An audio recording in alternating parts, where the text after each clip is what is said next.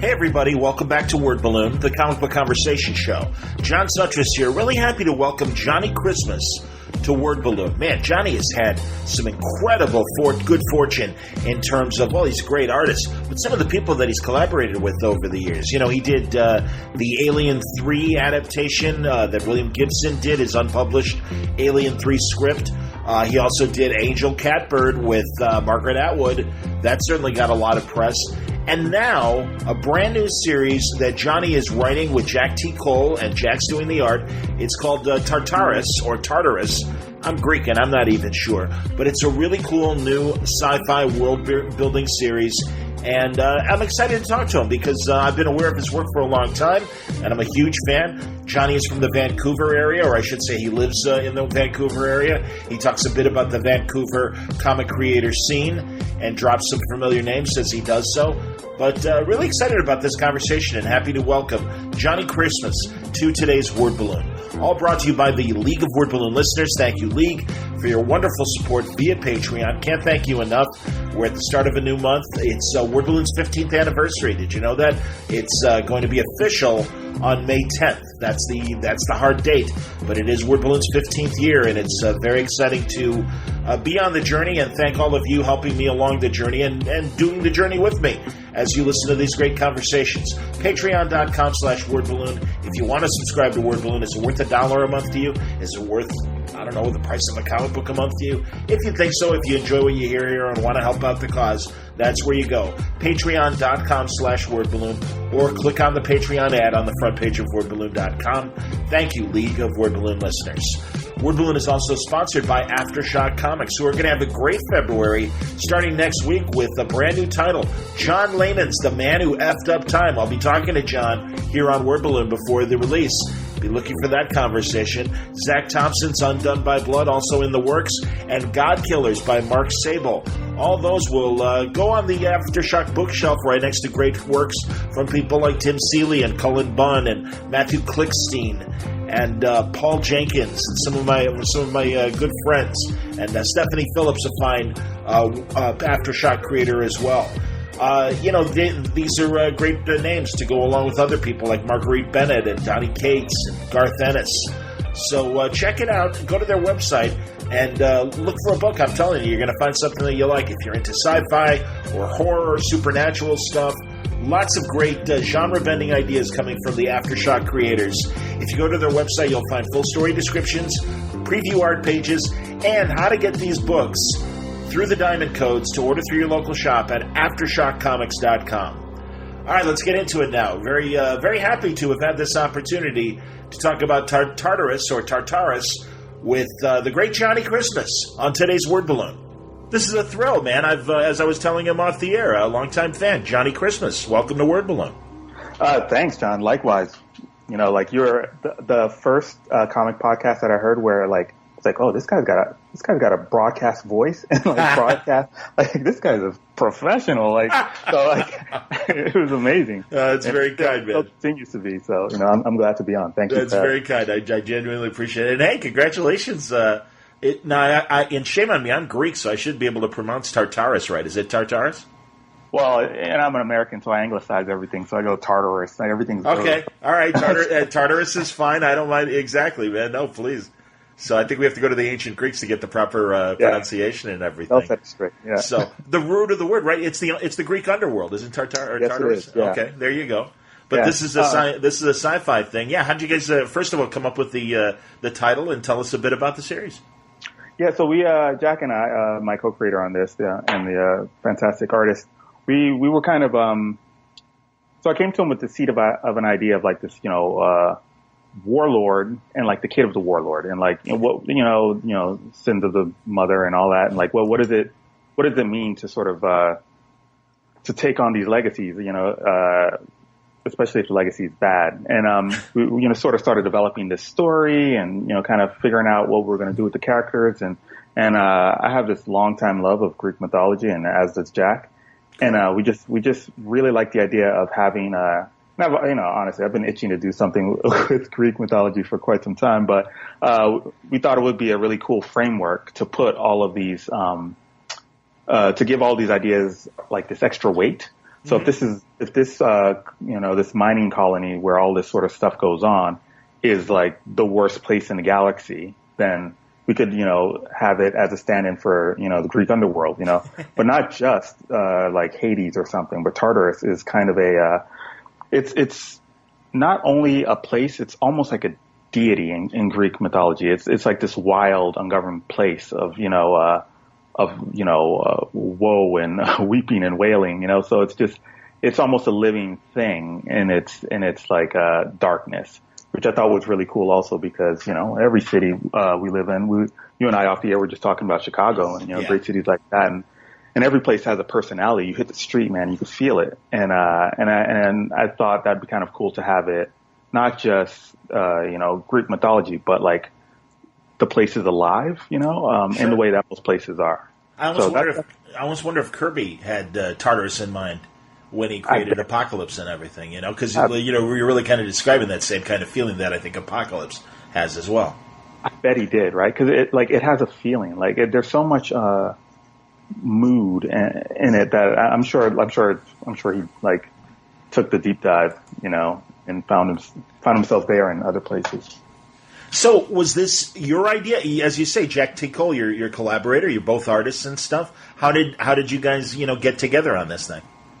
So I was thinking about this idea and kind of I didn't know quite where to set it, but like in terms of genre and okay. And then I was talking to way back during the 8 House days or whatnot. I was thinking about maybe pitching it to Emma and Brandon as like maybe an 8 House kind of story or something like that. So that kind of lent it into the sci-fi, which I was itching to do anyway. But I didn't have like an excuse. Like I always was a little intimidated about sci-fi because some of these worlds are so rich that I felt like I needed to go off and like develop this world for years and years and years and years, which we actually ended up doing anyway with this. But so that kind of gave me a quick way towards like, okay, that'll be the genre. This is the seed of the story. This is kind of what I want to do. And I think it would be fun. I don't know where it came to me, but I thought it would be really fun to work with a different artist on it to sort of, just kind of lean into script and just like dive into that side of it. I honestly couldn't tell you where that sort of started, but yeah, I was going to VanCaf and I, hit their website to see who all was coming, back in 2015. And I ran into Jack's, website and I started looking at his stuff and he had all this like really stuff that's rich in mythology and symbolism and all this, all these wonderful layers to his art. So, I went to go find him at the show. And, yeah, luckily he was, into the idea as well. And we got cooking. So there's a lot of world building here, obviously, but not just in terms of, people and locations, but really, into the tech as well of what you're doing. So yeah, if you don't mind describing, some of the feel of, Tartarus. Yeah. So what we wanted to do was, the initial seed, we like really, it was really going into the characters, really wanted to like flesh those out because it all comes down to that. No matter how cool we make the world, if people aren't connecting with the folks involved. But at the same time, me and Jack were throwing around like, oh, I want to be cool if this, and want to be cool if we had that. And we'll be, just kind of just riffing. And so that way the riffing on the technology and the feel of the world didn't feel like work. It felt like we were talking about these like cool people that we liked. And then, oh, wouldn't it be cool if they lived here or did this or did that? So that sort of built up around the characters and like what kind of world would create this type of person? And then now that we have this world, what does this type of world do to a person? So they sort of started feeding each other. And Jack kind of came up with the idea of the liquid. He really wanted this material that malleable and you could use it for all sorts of stuff because he wanted to draw cool stuff. Yeah. So I went off and I was like, okay, let's try and figure out what we can do with this and make it something. And it became one of the central points, story points of our story. The liquid is this material that you could sort of, create almost anything with. So you can make the most dangerous weapons in the galaxy with it, essentially. So Tartarus is the only place where it's mined. So everybody there got rich. But then the Empire started fighting over it, and then Tartarus, people started selling it to both sides. So the one side clamped down on the place, and shut it down. So the place went into like a poverty spiral, war and death like ensued. And these monks who sort of, so you control the liquid by, better mind control. So you change your diet, you exercise, you really focus up, and you can really, it can improve how you control and shape the liquid. So these monks, they turn into like a cartel, because now they have access to it, they know how to use it, and now they can sell it under the table to the other empires. Next thing you know, they move from monks to warlords, So you got this cool, they have all these old school rituals and, this very kind of peaceful underlying, philosophy to a warlike group. So we thought that was really cool. Yeah. Yeah. So Circa, our big baddie, who's the mom of Tilda, our hero. Yep. Is of that class of the Jinn. So she's like this badass, she rips shit apart, but, she comes out of this like mindful meditation culture, she's a vegetarian, she's like very, this meeting of opposites, which is kind of one of the things we like to play with here, in Tartarus. Is it kind of like a Heart of Darkness thing where she's searching for her mother, Tilda, and everything, and it's kind of the reverse. She's trying to get away from it. I see. Sure. Yeah, that she wants no part of it. So she's basically, she grew up, on a farm somewhere, and she didn't know what her family lineage is. So someone who she assumed was her grandmother, this sort of Linda Hamilton in the Terminator 2 that is, just like this hardcore survivalist, takes her out to train every morning. Like this kid she just can't deal with this, but she does it because it's her grandma, and her grandma loves her, even though she's learning combat techniques from, sun up to sundown on some farm somewhere. So she joins the army just to get away from Granny. She wants to see the universe, see the worlds. So she's off and doing this stuff. She's at the academy, and the academy is stationed just outside of, Tartarus when it all kicks off, where she discovers by accident that her mom was actually the warlord of Tartarus at the same time as her employers, the empire, the military, finds out that she's the daughter of this person. So, and at the same time, we have this subplot where, these generals are being murdered. And so everyone just assumes it's like the daughter of their great enemy come back for revenge or whatever. So it's like kind of this frame job. Mm-hmm. She has to go to the one place she really doesn't want to go, because she wants to get away from this. It's all new information, and it's not information that she's welcoming. She just wants to go home. So she ends up back on Tartarus, and then everything gets even crazier from there. That's excellent, man. Now, it starts on February 12th. Yeah. And, this sounds like it's going to be kind of a sweeping sci-fi epic. I mean, how far have you guys got this thing mapped out for? The map goes far, because once you start riffing, especially with a good collaborator, you can go really far down the line. But in terms of actuality, stuff that's hardcore in front of us, Jack's got he's finishing up issue 5, and I'm working on the script of issue 7, and our plots and the sketchy outline for it goes way at least 4 arcs in, but none of that'll matter. It's all up to the reader if we go that far. But for right now, we're feeling real good and really confident with what we've got, and we think people will like it. We've gotten a pretty good response thus far. Well, I like Jack's art. It's fantastic. I'm wondering, are you going to do pinups, or will you down the road? Will you do an issue or 2 or an arc or whatever as far as drawing? So I'm doing variant covers on the Excellent. first now, and I've toyed around with the idea of doing some fill-ins here and there, but we'll see how it goes, because I'm really digging what Jack's doing to create the world. Sure. And just letting him run and letting him do his thing. And I like sort of laying out these ideas and just sort of and keeping them really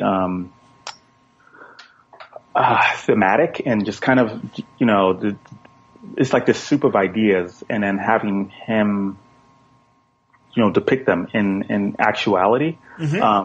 So I'm really enjoying that process. But if we go long enough, it'll happen. I'll probably do a few issues, or God knows, maybe an arc. But but for right now, I'm happy to be the first fan of Jack's when that awesome art hits my inbox, man. I'm telling you. Very cool. It's a happy day. That's awesome. Now, is as you're writing this, are you giving him a script? You said layout, and I'm sure you just made it just in terms of theoretically. It sounds like, obviously Jack's doing the heavy art lifting and stuff. Do you give him breakdowns or anything like that in terms of, is that how you write, or are you pretty much writing script-wise?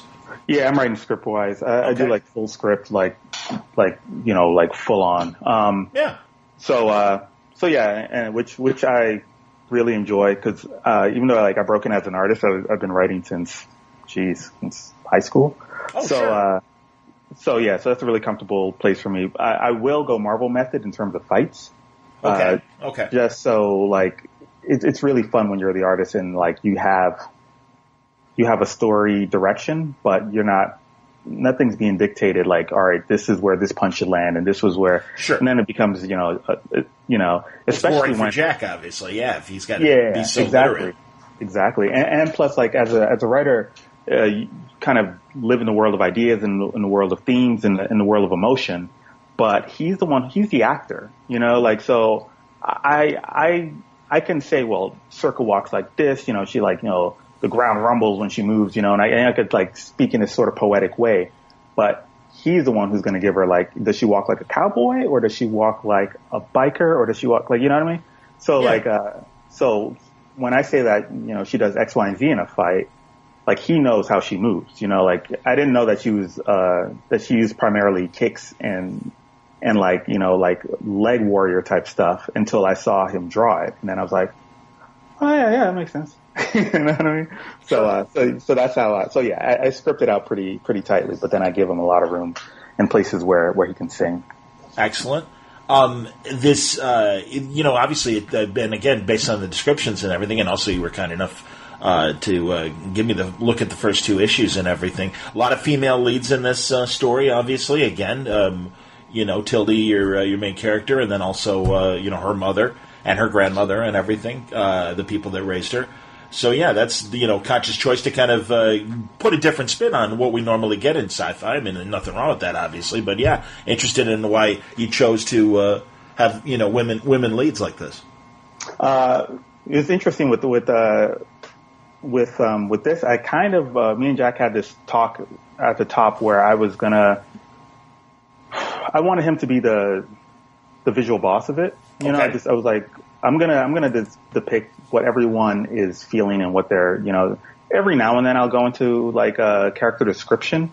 But for the most part, I try to keep it real loose, loose to the point where there's not, I think at the beginning, I do recall I wrote hey, look, I don't know what sex everyone is, so I'm gonna write it. You know what I mean? I just know that this person's a fucking badass tyrant, cool. And I know this person is just some farm yokel who's just trying to figure it out. And I just threw to Jack that way, and I was like, hey man, however you want to depict, and then I'll come back in. Oh, interesting. And I'll shape. So a lot of it was Jack just, and I think even then, I don't think, I could be wrong. You'd have to ask him. He thinks very deeply about a lot of things. So he may have had deep reasons for it, but I think a lot of it was just almost like coin toss with them, just all right, oh, this will be cool. All right, and it just was all right, and we're off and running and and now that they are, women, I can't imagine them any other way. They're, we've lived with them, this way, but at the same time, I still it's all core for me, so they're still the person they always was, depending on, it didn't matter how it was expressed. But yeah. Well, I think that's great though. I think, again, we've had a million, male stories in this vein and stuff. So no, I think it's great to have a female point of view on this stuff and see how it unfolds, in the hands of women and stuff. That's cool. So let's. I'm curious about your beginnings and stuff. As you said, you were writing as far as high school and stuff. Tell me about you breaking in. What was your first big breaks? Because I'll get to it, but I think the first thing I heard of your work was, didn't you work with Margaret Atwood a couple of years ago, right? I did, yeah. And then very fortunate to be able to do that on Angel Catbird. Yes. Yeah, it was cool. Like, it was I knew I could write now #1 New York Times bestseller on stuff. Yeah, man, that's amazing. Good Lord. Yeah, so cool. You know, and I mean, I know she's always been a woman of genre fiction and stuff, but yeah, when they announced that she was, I didn't know if she had ever done a comic book prior to Angel Catbird, but it was like, wow, Margaret Atwood, that's amazing. And then, you know, you got a very memorable name, Johnny Christmas. So yeah, I'm like, okay, that's cool. So, you know, and David Hyde, I know, who helped PR for your guys' book, was certainly, you know, speaking highly of your work. And that's, like I said, that's when I became aware of you. So, yeah. So what led, you know, prior to that, that. Give us the origin story of Johnny Christmas. So many moons ago, I was here in Vancouver. I was I started like kind of working on pitches, and I was gonna send them on in, and then I saw my buddy Ed Brisson. He was doing sure. he was doing. I love that. Absolutely. Yeah, he was doing these short crime stories, and I was like, yeah. So I was like, so I started reading his murder book. He was working on one with, you know, it's funny. I think almost everyone who worked with him on Murder Book has gone on to have like a career in comics. It was like, you could see it then, right? Like Simon Roy did like an issue or something. Yeah. I think Damien may have done one. I'm going to not try and pronounce the name because I'm going to butcher it, but Damien with a C. Okay. Just like, there's a bunch of people that I'm totally blanking on now, but it was like really cool. And I was like, let me do, I'd like to do a 5. I was like, let me do one of these with you. I'll do 5 pages with you. I've never worked with a writer before. Oh, that's great. Fun. You know, so he was like, hey, instead of doing a murder book, why don't we do a pitch? And I was just like, whatever, man. Like, but I was like, all right, fine, whatever, let's do it. So we did a pitch. We sent it in, ended up at Skybound, and it didn't get picked up, but we went back and forth a few times, and it was like so encouraging that they actually was looking at it, and that they were actually giving us notes and like, okay, maybe we could work with it if this and that and blah, blah, blah. And it was like such a boost. So like whether it got picked up or not, we were like so encouraged. And we're like, all right, good. We got to get the next one ready to go. And the next one was Sheltered. And, yes. Yeah. So Sheltered came out in 2013 and did 15 issues and been at it ever since. So that's how I broke in. That's excellent, man. Yes. And of course, and I talked to Ed about Sheltered. So that's, great series, man. Very, very cool.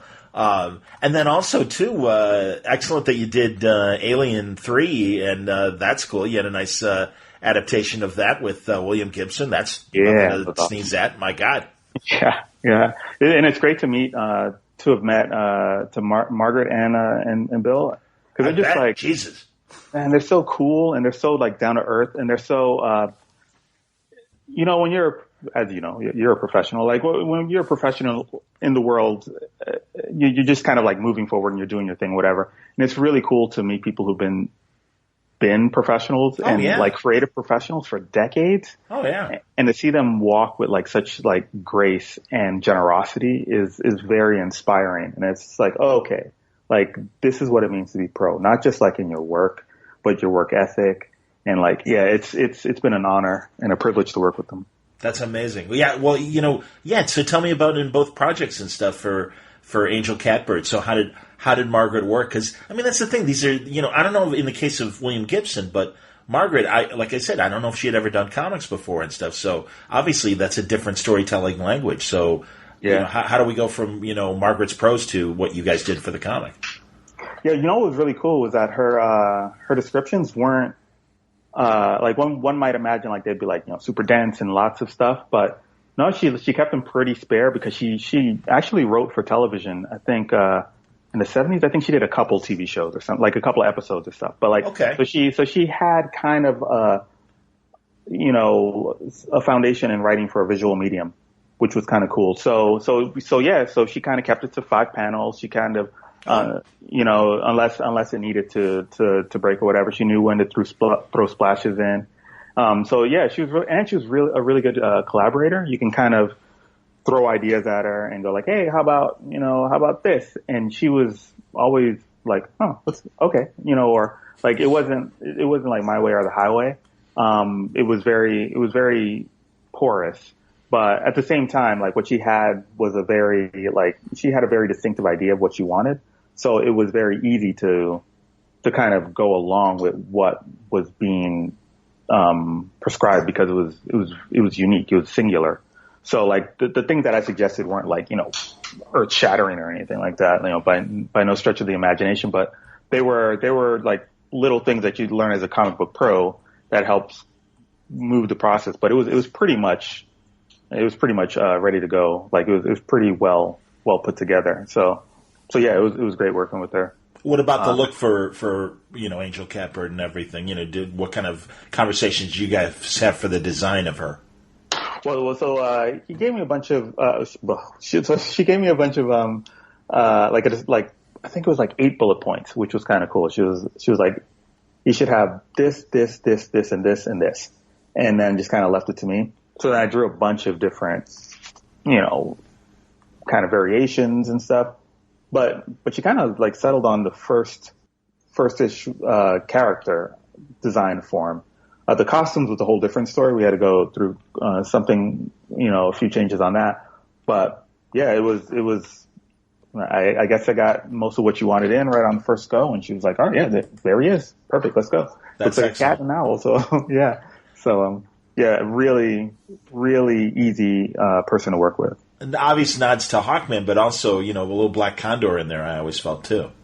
Ooh, I'm not familiar with Black Condor. Oh, Black Condor, great character from Quality, and he was one of the Freedom Fighters. I don't even know if he's in the current DC version of the Freedom Fighters, but it was all the Uncle Sam and the original run of Plastic Man and Doll Man and Black Condor and the Ray. There he is. I'm Googling him. Yeah, those were all like kind of, and over the years, depending on who was drawing, I mean, sometimes it was a very simple superhero outfit, but then also sometimes it did have more of a feathery look to him and stuff. And I'm even blanking right now on some of the people that drew him in the 90s or whatever. But I was, thought that was kind of a neat character as well. So cool. Very, very cool. That's excellent. And and then, Alien 3, obviously, that's pretty wild. And then, being able to work with Gibson on that and stuff. How did Gibson compare to Atwood in terms of what he was looking for? Well, with Gibson was a bit different because I was adapting the script. So sure. Yes. So what was cool about that was that, I adapted it. What came first? I think I met him first. Okay. So I read through it. I had like a ton of notes of what I wanted to do and changes and things that might help, not changes, but, like things that might help translate it to the comic book medium. Sure. And yeah, so, met with them and I, told him kind of what I had in mind, and he was just really, really easy. He was just like, yeah, that makes sense. Yeah, cool. And then, we sat around and just like talked about random stuff for a while. It was like really fun, and it was really cool to just kind of like kick it with them for a bit. And then I went off and then took the script, broke it down into 5 different chapters. Had to sweeten certain parts for cliffhangers and sure. kind of move things around a little bit, condense, yada yada. Sure. And then I would send him all the changes that I made and where in the script I made them, and like I would highlight it, and just so he wouldn't have to like scour through every little bit. Like I was like, I changed this for this reason, and it's on this page here. Please let me know if you have, if you're not happy with that, or if you have a better solution. It lived in your head a lot longer than it lived in mine. So, and he was just very generous and very encouraging and very just he was really gracious about it. So it was a fun process. That's cool. Now, beyond the first 2 Alien movies, I'm kind of a knucklehead when it comes to the franchise. So did Gibson, is this an alternate version of like Gibson's version of what Alien 3 would have been, or did he write the script for Alien 3? Yeah, so he wrote the first script, and then they made him do a second draft, and then they proceeded to do like 8 different drafts. That's kind of what I thought. Go on, yeah. Yeah, something like that. It was some wild story where they kept switching writers and moving it around a bit, and then eventually the one that they made was not the one that he wrote. Sure. as these things happen in Hollywood. Oh God, all the time, absolutely, man. Yeah. So we went back and dug up his scripts and took the second draft and turned that one into the graphic novel. Yeah, that's cool, man. Well, that's like what Frank Miller really wanted to do with RoboCop, or going back to I'm a massive Star Trek fan, and I think of Harlan Ellison and what he wanted to do with the classic one from the original series, City on the Edge of Forever, and how different his original story was from what we got on the TV show and everything. So, and especially when you're dealing with like these high-powered sci-fi writers and stuff, it is cool to get a chance to go back and give them a chance to visualize what they wanted, especially when it was going to be something like a film or a TV show. Yeah, exactly. Very cool. Yeah. That's excellent. And then you moved on and you did Firebug, right? Yeah. So I did Firebug, which I started before Angel Catbird. Okay. So like one chapter came out in Island, and by the time like the second one was ready to go, Island was like no longer being like it ended. So yeah. The publisher. No. No, the book. Cause it was is that that's and now I'm blanking. Isn't it what's her name's anthology? Yeah, it was like Brandon Graham and Emma Rios's. Emma, Emma Rios, of course. Yes, I talked to him about Island. Yes. Yeah, it was so cool. So that's a shame, man. That was a really neat anthology. Absolutely, man. Yeah, it was so fun to be like part of it, and like all these stories that were kind of a little bit not as mainstream. You can like do all this other kind of stuff. Totally.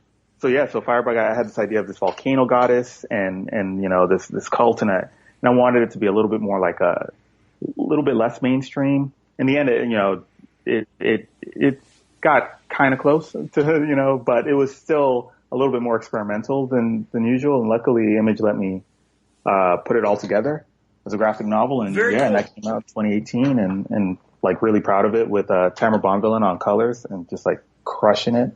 It was, I'm glad I got to do that one. Totally, man. I'm glad you got to finish it. That's excellent, man. No, seriously, man. I when Emma came on and was talking about Island, I'm like, good for you. And actually, I just had, shame on me, Dave. Damn it! I love when I blank on people and stuff. Aces Weekly. Darn it. David Lloyd. And David's Aces Weekly. It's kind of the same thing. He's doing that digitally, and man, the people that he has populating this anthology are very different in terms of the comic creators that they are, and their styles are very, very non-traditional, but they're great, and it's really ambitious. That again. So I'm sorry that Island didn't work out, and I'm glad you were able to finish your story at least.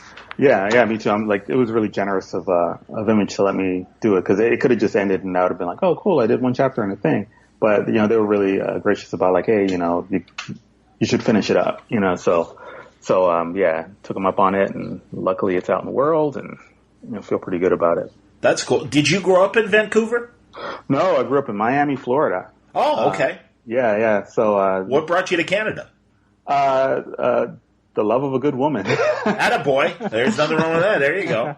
Yeah. So I grew up in Miami, did, art high school and all that stuff, and fell in love with comics there. And then I went to, New York, the Pratt Institute in Brooklyn. Oh, wow. Sure.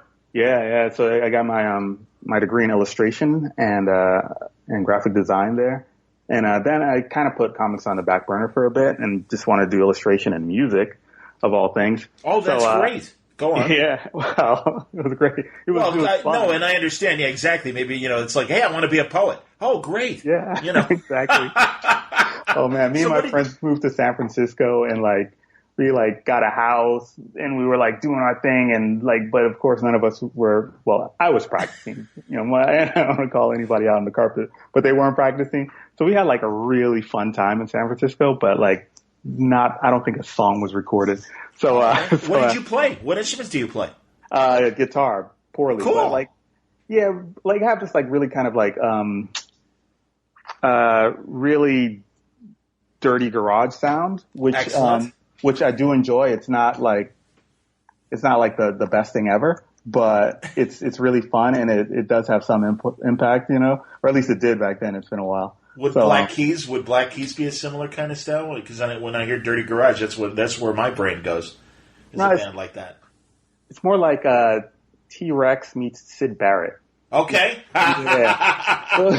I appreciate the old references. That's very nice. Yeah. He's got a touch of that, like elemental rock and roll with like a little bit of trippy, unpredictability in it. So that's cool. But it's been a while. Who knows? If I picked it up, I'd probably sound like, I don't know. Oh, because I was going to ask. It's J.M. DeMatteis actually every now and then will compose some music that kind of fit some of his comic stuff or whatever. And I was wondering, I always wonder if is there a soundtrack, or do you ever would you do that for Tartarus or anything like that? Maybe write some music or think along the lines of music for that. Do you write your music still? No, not my music, but yeah, okay. I would for Tartarus. It'd probably be something like that the Akira soundtrack. Sure. Yeah, like drums and elemental, like choral, just like spooky, haunting. I just ran across I think 2 days ago or something, this band out of Denmark, I think, called Heilung, that does this they describe themselves as amplified history of early medieval Northern Europe. So it's just beating on bones and hollering and weird tempos and stuff. Okay. So with Akira with the giant drum, being beaten that kind of a very elemental kind of non-lyrical kind of thing would be kind of cool, but not done by me. I mean, maybe if I had a Coke bottle and a pen and I could clink on it a bit, and get something out of it. You know what I mean? That's hilarious, man. So yeah, somewhere between Kraftwerk and Stomp, it sounds like that would. Hey, John, you're hired. It's funny, man. I have this radio production background and stuff, but I was a drummer very briefly in grade school through early high school and gave it up when I knew I had no talent. You look at things like GarageBand and how you really can, if you've got the musical flair, you can really compose your own music and stuff. I mean, they really do give you all the tools. But yeah, unfortunately, my brain just doesn't work that way. So I wouldn't be able to do it. Because I almost wondered if when you said illustration and music, that if you were going to do something in combination with the two, and that I don't know if you were planning on trying to design album covers and things like that, or whatever. And again, there's a lost art. I don't know what kind of market there is. Pardon me for that kind of stuff anymore. Yeah, it'd be cool if it was a communal thing. There was set everybody loose in a kitchen and they just grab an appliance and start beating on it and record that. It would have to be unpredictable but communal, and probably a lot of takes and a lot of shots, and something. I'm sure something will come out of it. But I don't have any roadmap for that. But it'd be fun. Tell me, because and one of the reasons why I asked if you grew up in Vancouver, how long have you been there? 10 years now. Okay. Years, yeah. So like you said, you got together with Ed. What kind of comic scene is there in Vancouver? Tell me about it. It's one of those towns that has a lot of animation going on.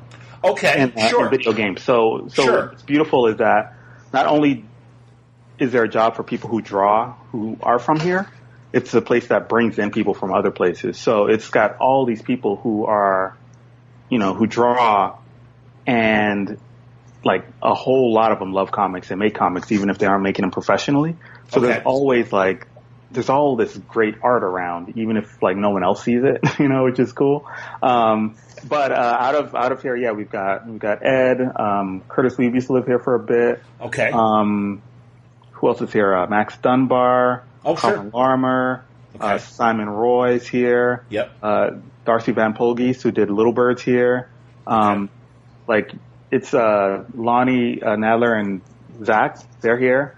We got a lot of people here. It's we're lousy with comic book artist James Lloyd, The Simpsons, like that guy that's great cartoonist. My goodness. Who else? Like I can go on forever. Like Sean Caremaker. Like there's tons of them. And it's Miriam Labicki. She's here. Like oh my God, stuff's amazing. So it's a very rich scene, and everyone's like pretty chill and very. Like it's the Pacific Northwest, right? Like like, exactly. Everyone's pretty relaxed and generous, and I'm lucky to be here. That's excellent, man. Now, do you work at home or do you work in the studio? Where do you do your stuff? Yeah, I'm most productive with my pants on, so good for you. I have a studio. I remember at one point, so my studio was directly across the street from my apartment. At one point, it was like, it was a 40-second walk, but I just needed a different space because like if I work from home, it doesn't stop.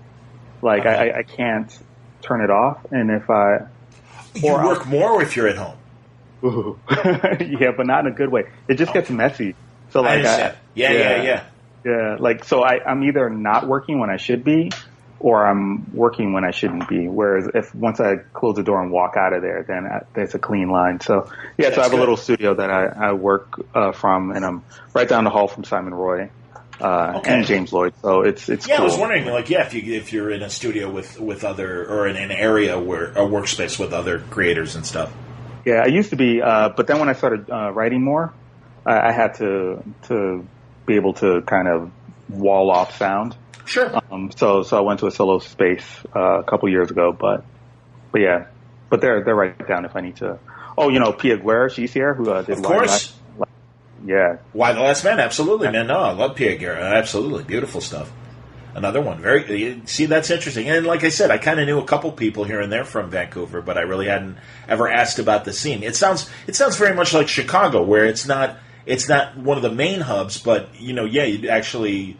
When you think about it, there are a couple dozen really good, artists that are here. Who else in Chicago? Oh wow, Tim Seeley, Mike Norton, Jenny Frizen, a great cover artist. Of course, Jill Thompson, Alex Ross. Nice. Tony Akins was here, and I believe moved to San Diego after being here for so many years. Hillary Barta, another great older artist and stuff. And and then Mike Marisi from a writer's standpoint. And right now I'm blanking. I can think of a couple women that recently moved to Chicago, and right now I'm blanking on their names. But it's kind of fun. And I mean, God, when I was in high school, First Comics was created. So Mike Grell, Mike Gold, Scout, Tim Truman. Howard Chaykin was doing American Flag, and all that was coming. The publisher was here in suburban Chicago, Evanston, where Northwestern University is, and so that always kind of blew my mind. That I'm like, wow, I live in the town right next to a comic book company. So I never knew anybody, or I only started going to conventions really in the 2000s, and it's weird because Chicago for decades had great comic conventions and stuff. So. It's funny you were saying off the air that you're gonna be obviously touring around with Tartarus and everything. So what's your convention plan this year? So far, I'm gonna do a fan expo here in Vancouver, and then I'm gonna go to C2E2 for the first time, which would be fun. Yeah, I'm glad you're coming into town, man. That's great. Yeah, I'm so excited. And then Emerald City, terrific, which I really love. I love that show. Oh yeah. There's a show in Victoria, Capital City. I'm going to be going there in March. Cool. And then after that, I'm just kind of leaving it a bit open just to see what's what. But I'll probably try and do NYCC this year and like maybe Fan Expo Toronto or something like that, or just kind of move it around a bit. Yeah. Are you going to do any store signings? When Tartarus comes out on February 12th, are you going to be anywhere that week or anything? Yeah, probably somewhere in Pacific Northwest. Nothing hammered down just yet. So if there's anybody out there who wants us for me and Jack for a signing, get at us. But there you go. We're just going to probably do Pacific Northwest. Probably something in Vancouver, Portland, or Seattle. Gotcha. If nothing concrete. Is Jack local as well? Where's Jack based? He's out of Portland. Oh, there you go. Yeah, that's not that far. Yeah. Absolutely, man. Yeah, it's awesome. That's cool. So I get to see him every now and again. Okay. Yeah. It's far. Yeah. What kind of commute is that? Is that like an hour or so? What's the difference? It's like a 6-hour drive. It's that far. Okay. Yeah. Because we got to blow past Seattle and then keep going. Yeah. But it's a great time once you're there. It's I understand. It's a great city to walk around with a co-creator and go through like a ton of bookstores and bars and just like, daydream about your comic book. Like, oh, it'd be cool to do this and do that. And just like, flipping through comics and like talking about, oh, this is really cool. And I like what they're doing here and blah, blah, blah. And it's always a good time when we get together. That's cool. I like I told you that. No, I went to Rose City for the first time just this past fall. I do want to hit Vancouver eventually because I know that not only the comic book scene that you're talking about, but also the television scene up there. Everyone's shooting up there. Do you run into any of the people from any of the shows or anything like that when you're around the city? No, not any of the stars, but I do know some people in it, like John Gallagher, who also works in comics as well, like amazing artist. He's here. He does like design for a ton of the DC shows. Fun. Yeah. So, but yeah, I haven't run into to like Barrowman while getting a coffee or anything like that. No, that's cool that you made the crew people as well. When you said that it's a gaming town as well, is it? Have you ever wanted to do game stuff or animation, or have you done that stuff as well? I haven't done either. It might be interesting to it'd be funny. It might be interesting to do video games because I get motion sick while playing video games. Oh Jesus! I'm sorry to hear that. I know. Oh, I'm sorry to live this to live with this affliction, but. Like, I tell you, I'm sure I've gotten like 32% more productivity out of this life due to this.